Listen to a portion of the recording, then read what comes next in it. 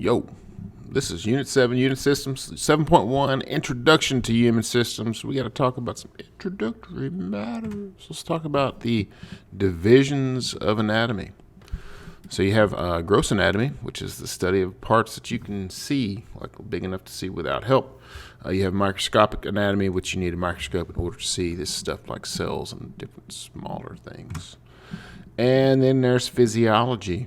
Physiology is the study of how things work. This is kind of going to be like a anatomy / physiology unit for humans. Of course, you could take a whole class called anatomy and physiology.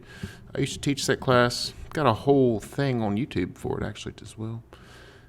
But we're not talking about that now. We're talking about the levels of organization in humans. The smallest thing is a cell, basic unit of life. Moving up, tissues are groups of similar cells that work together to form specific function. And then you have organ systems. This is like, or not organ systems, organs. This is like a heart or a stomach. And it does the thing, right? It's made up of all the tissue types. We're going to talk about the 4 tissue types. Usually all 4 of the tissue types are found in organs, not always. And that does a certain thing. And then you have a system of organs. That system is going to have a function, like the circulatory system is going to function in circulating the blood, oxygen, so forth throughout the blood. You get the idea. This is the system here of organization in humans. Humans have basic needs. They have 5 of them. Great short answer question. First is they have to have boundaries, meaning that they set boundaries between themselves and the outside world, creating an internal environment, an external environment. Very important for life. If those 2 things get mixed up, that's not good. Organisms need to create boundaries between them and the outside world, and most of our systems are working to do that. Movement, also very important, but not only just moving through our environment, like literally moving around. You stay stagnant, you can't live. You have to be able to move. But also things moving around inside of us, very important. Irritability, it's kind of a weird one. Irritability is the idea that you can sense the world around you. If you put your hand in a fire, obviously you want that to, your hand to know that there's fire there, or you're going to do some damage. It's being able to detect changes in your environment. Very important. If you can't do that, you can't live. Metabolism.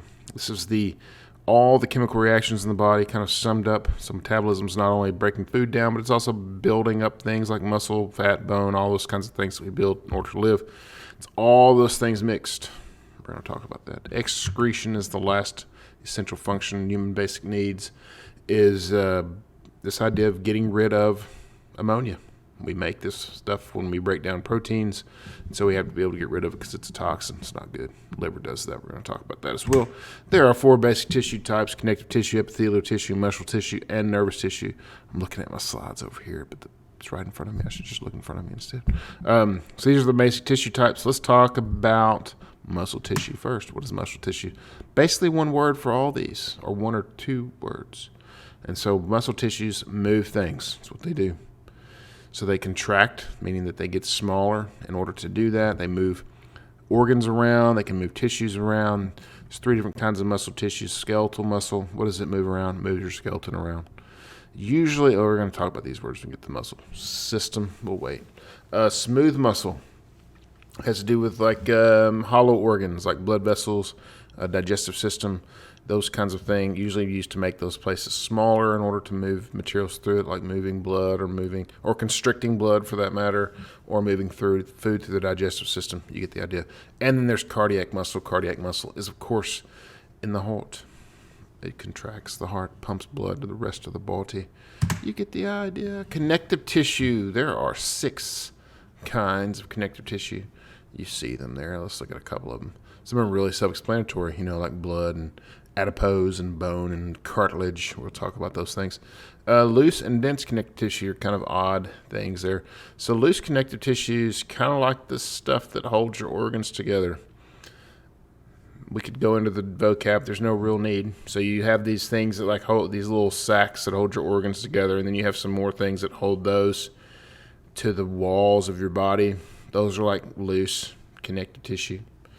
And then dense connective tissue, this would be things like ligaments and tendons, those sorts of things. Of course, adipose tissues, fat, bone, cartilage, blood. Blood is a connective tissue. What does connective tissue do? It does 3 things: support, protects, connects. That is the way that I think about it. Support, protect, connects. Moving on. Nervous tissue, what does it do? It communicates. It sends electrical signals through the body, sending messages from one part to the other. Mostly the brain sending and receiving, but there's other things going on as well.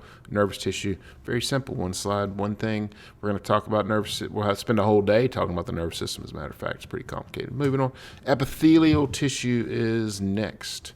What does epithelial tissue do? It covers body surfaces.